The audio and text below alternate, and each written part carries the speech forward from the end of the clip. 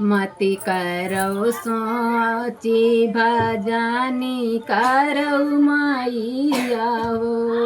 मति कर सोची भजनी करौ मैया हो। जैसे गलीना बीचे होमिया जल तुहै रामा।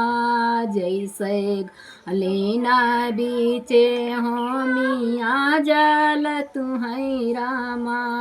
वैसे जलाबू तोहरे साथ मोरी मैया हो। मत कर सोची भजनी करौ मैया हो।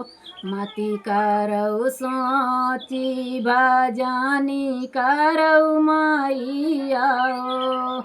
जैसे करहिया मैं तेलावा जल तुहै रामा। जैसे करहिया मैं तेलावा जल तुहै रामा। वैसे जलाबू तोहरे साथ मोरी मैया हो। मति करौ सोची भजनी करौ मैया हो। मति करौ सोची भजनी करौ मैया हो। जैसे गलीना बीचे भियाड़ा लाड़ तुहै रामा। जैसे गलीना बीचे भियाड़ा लाड़ तुहै रामा। वैसे लाड़बो तोहरे साथ मोरी मैया हो। मति करौ सोची भजनी करौ मैया हो।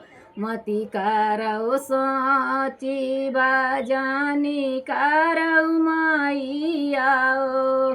जैसे गलीना बीचे धुरिया उड़ तुहै रामा। जैसे गलीना बीचे धुरिया उड़ तुहै रामा। वैसे उड़ब तोहरे साथ हमारी मैया हो। मति करौ सोची भजनी करौ मैया हो। मति करौ सोची भजनी करौ मैया हो। अगर जो हमारी मम्मी की वीडियो आपको पसंद आए तो वीडियो को लाइक और चैनल को सब्सक्राइब जरूर करिएगा।